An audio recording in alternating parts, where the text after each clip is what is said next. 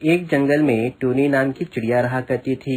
उसके पिताजी को मर के बहुत साल हो चुके थे। उसकी सौतेली माँ भीख मांग कर अपना गुजारा किया करती थी। वहीं टूनी चिड़िया अपनी गरीब सहेलियों के साथ मिलकर गुब्बारे बेचा करती थी। टूनी की माँ बहुत ही लालची और गुस्से वाली थी। एक दिन टूनी चिड़िया जंगल में गुब्बारे बेच रही थी। गुब्बारे ले लो, रंग बिरंगे गुब्बारे ले लो। साहब जी गुब्बारे ले लो हमारे पास से, बहुत ज्यादा रंग बिरंगे गुब्बारे हैं हमारे पास। नहीं चाहिए मुझे, जाओ यहाँ से। टूनी को वो चिड़िया वहाँ से भगा देता है। उसके बाद वो दूसरे चिड़िया के पास जाती है और वो भी उसका गुब्बारा नहीं लेता है और डांट कर वहाँ से भगा देता है। और ऐसे ही काफी देर हो जाती है और टूनी का सिर्फ और सिर्फ एक ही गुब्बारा बिकता है। आज बस मेरी 5 रुपए की ही कमाई हुई है। इतने पैसे अगर मैं घर ले जाऊंगी तो माँ तो मुझे मार ही डालेंगी। अब मैं करूँ तो क्या करूँ। अब पूरा दिन ऐसे ही निकल जाता है और वो डरते डरते घर जाती है। क्या हुआ टूनी, चल जल्दी से पैसे निकाल कर मुझे दे। टूनी चिड़िया डरते डरते अपनी माँ को 5 रुपए की नोट निकाल के देती है और उसकी माँ वो 5 रुपए की नोट देखकर आग बबूला हो जाती है।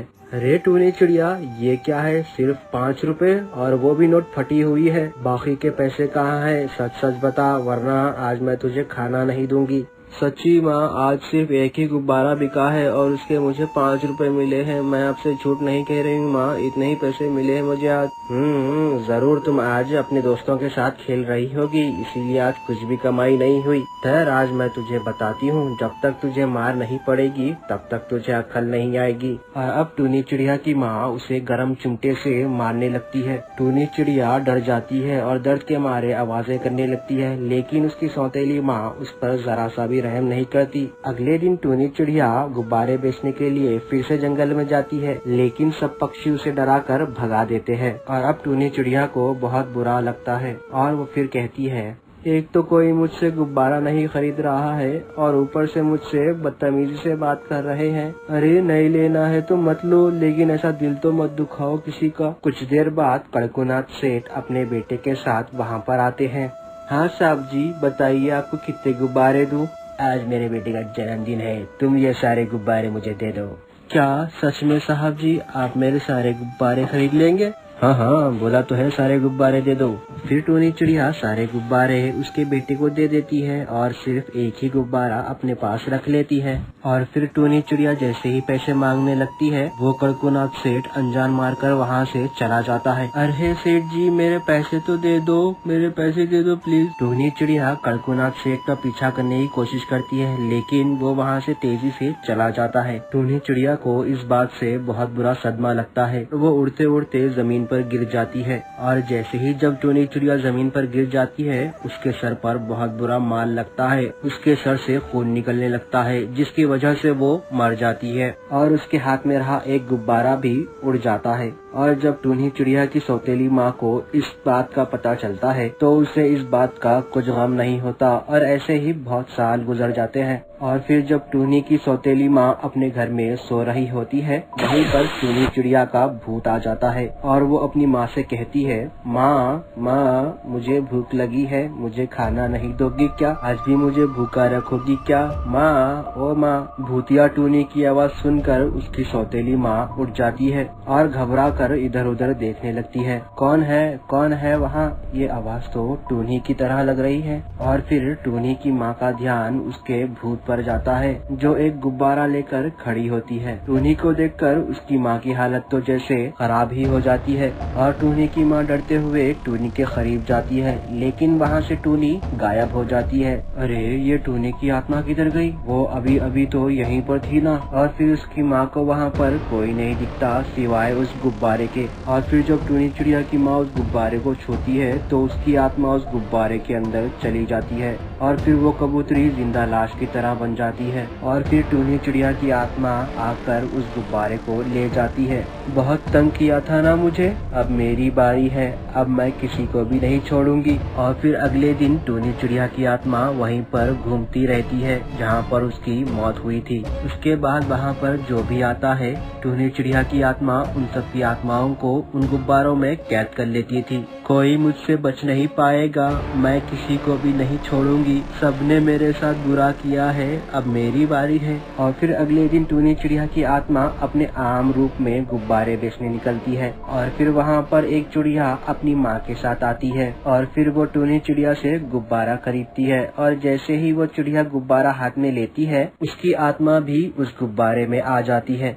उसके बाद वो चिड़िया बेजान हो जाती है जैसे कि वो मर चुकी हो। थोड़े ही दिन में टूनी चिड़िया की आत्मा अपने साथ कितने ही पक्षियों की आत्माओं को कैद कर ले जाती है। एक दिन टुनटुनी चिड़िया अपनी बेटी की तबीयत से परेशान होकर वो डॉक्टर के पास भी उसे ले जाती है, लेकिन उन्हें कोई बीमारी नजर नहीं आती। अब तो इसे तांत्रिक के पास ही ले जाना पड़ेगा क्योंकि इसे तो कोई और ही बीमारी लग रही है। और फिर टुनटुनी उसे एक तांत्रिक के पास ले जाती है और जब तांत्रिक उस चिड़िया को देखता है तो वो झट से जान जाता है कि उस चिड़िया की आत्मा किसी के कब्जे में है। इस बच्ची का शरीर तो यहाँ पर है लेकिन इसकी आत्मा किसी के कब्जे में है। ये आप क्या बोल रहे हो, ऐसे कैसे हो सकता है? मैं सच बोल रहा हूँ और इसकी आत्मा को जल्दी ही वापस लाना होगा, वरना अगर वक्त निकल गया तो ये अपनी पूरी जिंदगी ऐसे ही बिताएगी। नहीं नहीं बाबा, आप कुछ करो, आप मेरी बच्ची को प्लीज बचा लो। रुको, मैं अभी ध्यान लगाकर बताता हूँ कि इस बच्ची की आत्मा किसके कब्जे में है। और फिर जब तांत्रिक ध्यान लगाता है तो उसे गुब्बारे दिखते हैं और उनके साथ एक चिड़िया भी। क्या कहीं वो वही तो चिड़िया नहीं? कुछ ही दिन पहले एक चिड़िया ने मेरी बेटी को फ्री का गुब्बारा दिया था। हाँ, ये उसी दिन से ऐसी हुई है। हमें उसे जल्दी ही ढूंढना होगा। वो रोज रास्ते में गुब्बारे लेकर घूमती रहती है, वो अभी भी वहीं होगी।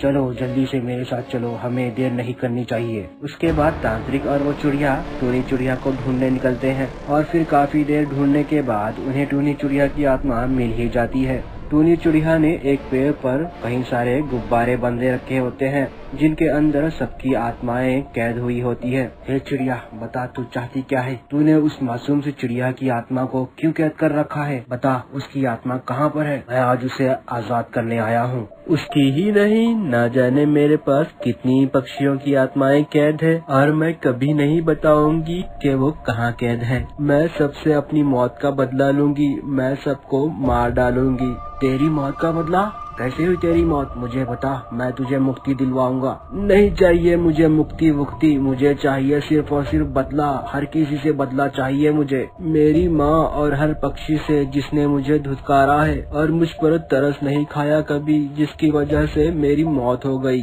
पर किसने किया ये सब तुम्हारे साथ? मुझे बताओ, मैं तुम्हारी मदद करूँगा। और फिर टूनी चिड़िया की आत्मा रोते रोते सब वाकया सुना देती है और ये सब सुनकर तांत्रिक और चिड़िया भी गमगीन हो जाते हैं। मेरी बच्ची, तेरे साथ बहुत बुरा हुआ, पर तेरे ये बदले लेने से तुझे इंसाफ नहीं मिलेगा। तू सबको आजाद कर दे और शांति से इस दुनिया को छोड़ दे। इससे भी अच्छी एक दुनिया है, तू वहाँ पर बहुत खुश रहेगी। सच में क्या ऐसी दुनिया भी है? हाँ मेरी बच्ची, तू अगर इन सबको आजाद कर देगी तो तुझे भी वो दुनिया नसीब होगी। ये बात सुनकर टूनी की आत्मा बहुत ज्यादा खुश हो जाती है और वो सारे गुब्बारे लाकर उस तांत्रिक को दे देती है। इन्हीं में है सबकी आत्मा, अगर आप इन्हें फोड़ दोगे तो सबकी आत्माएं आजाद हो जाएंगी। उसके बाद तांत्रिक उन गुब्बारों को फोड़ देता है जिसकी वजह से हर किसी की आत्मा आजाद हो जाती है।